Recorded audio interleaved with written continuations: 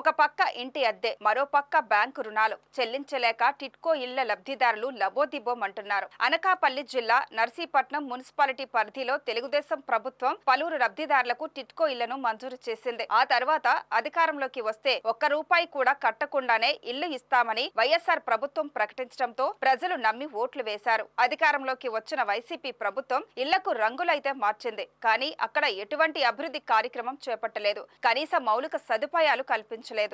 గత ఎన్నికల ముందు ఆర్భాటంగా లబ్ధిదారులకు వైసీపీ ప్రభుత్వం తాళాలు ఇచ్చి చేతులు దులిపేసుకుంది. అక్కడ సరైన వసతులు లేకపోవడంతో లబ్ధిదారులు ఆ ఇళ్లలో దిగలేదు. మరోవైపు బ్యాంకర్లు 2023లో టిట్కో ఇళ్ల లబ్ధిదారులకు ఇచ్చిన రుణాలు చెల్లించాలని ఒత్తిడి తెస్తున్నారు.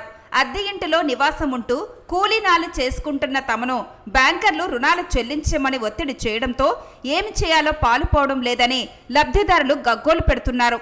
ఈ విషయంపై ముఖ్యమంత్రి చంద్రబాబు నాయుడు, శాసనసభ స్పీకర్ చింతకాయల అయ్యన్న పాత్రుడు తగు చర్యలు తీసుకొని టిట్కో ఇళ్ల వద్ద మౌలిక సదుపాయాలు కల్పించే వరకు బ్యాంకు వడ్డీలు లేకుండా చూడాలని బాధితులు కోరుతున్నారు. మొదటి నేను నర్సీపట్నంలో ఉంటున్నాను.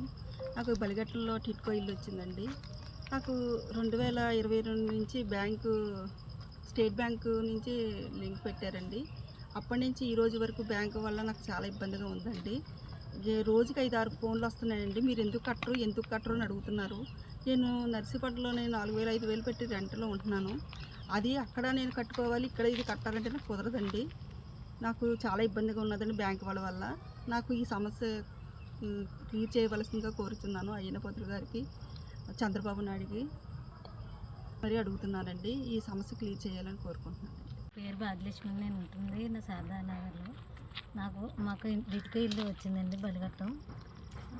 బ్యాంక్ వాళ్ళ చాలా ఇబ్బంది పడుతున్నామండి. రోజుకి 4-5 సార్లు ఫోన్ చేస్తున్నారు. మాకు వడ్డీ మీద వడ్డీ వేసేసి ఒక్కోసారి 2-3 నెలలు కట్టకపోతే మొన్న పిలిచి 30,000 కట్టమని బాగా డిమాండ్ చేశారండి. అప్పటికప్పుడు కట్టమంటే మేము ఎలా కడతామండి? ఇంటద్దులే కట్టమా, ఈ లోన్లే కట్టమా, పిల్లలు ఎలాగ చదివించుకుంటామండి, ఎలాగ ఉండగలము? పేదవాళ్ళు ఇల్లు అంటే ఇలాగ బ్యాంక్ వాళ్ళు తినేస్తున్నారండి. ఇలాగ చంద్రబాబు నాయుడిని మాఫీ చేయాలని కోరుతున్నాము. స్పీకర్ అయ్యన్న పాత్రుడు గారిని ఇదేదో యాక్షన్ తీసుకోవాల్సింది కోరుచున్నాము. సార్ మాకు రోజు 4-5 ఫోన్లు వస్తున్నాయి సార్ బ్యాంక్ నుంచి.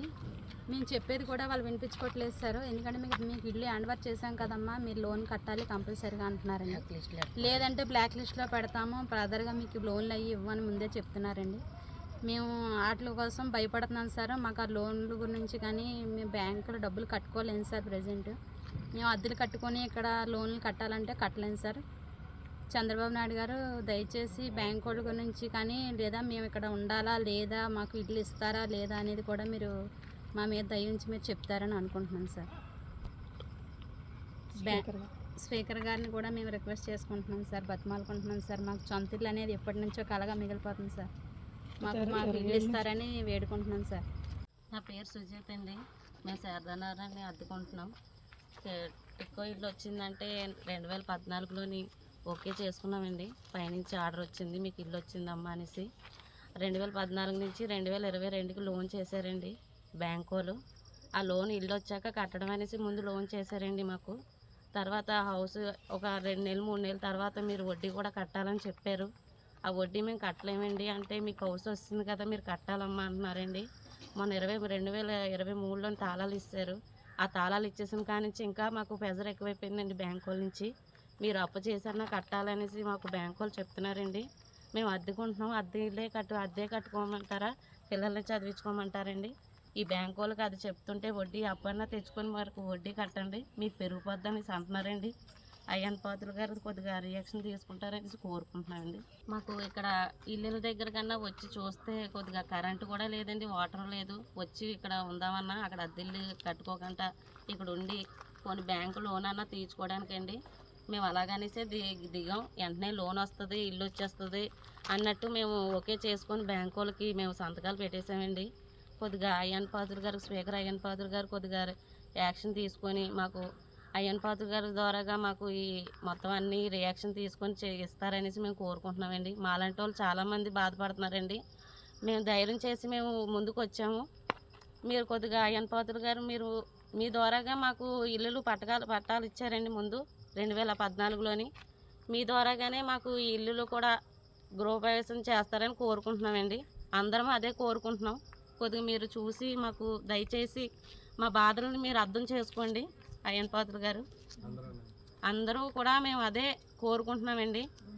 స్పీకర్ అయ్యన్ పాత్రుడు గారు ద్వారాగా మాకు హౌస్ వస్తుందనేసి మేము అనుకుంటున్నాము. కొద్దిగా మీరు చూసి మా పేదవాళ్ళ బాధ మీరు అర్థం చేసుకొని మీరు పైకి మీరు అందిస్తారని మేము కోరుకుంటున్నామండి.